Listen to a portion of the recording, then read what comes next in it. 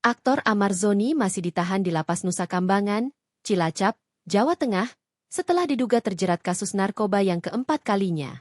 Amar Zoni dituding ikut terlibat dalam peredaran narkoba di Rutan Salemba, Jakarta. Kasus ini mencuat saat Amar Zoni masih menjalani masa tahanannya atas kasus narkoba yang sebelumnya.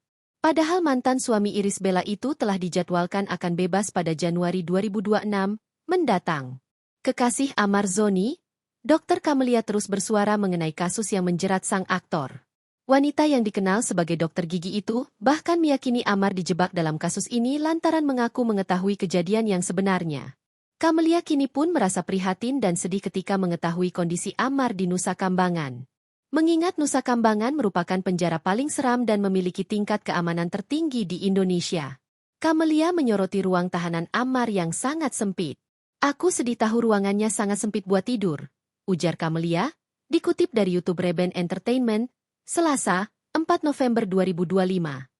Sebelumnya, Amar sendiri telah membeberkan kondisinya langsung saat persidangan pertama yang digelar secara daring, online, di Pengadilan Negeri Jakarta Selatan. Camelia pun dibuat tenang ketika mengetahui Amar dalam kondisi baik-baik saja. Namun padahal apa yang diungkapkan aktor 32 tahun itu, tak sesuai dengan apa yang dialami di Nusa Kambangan.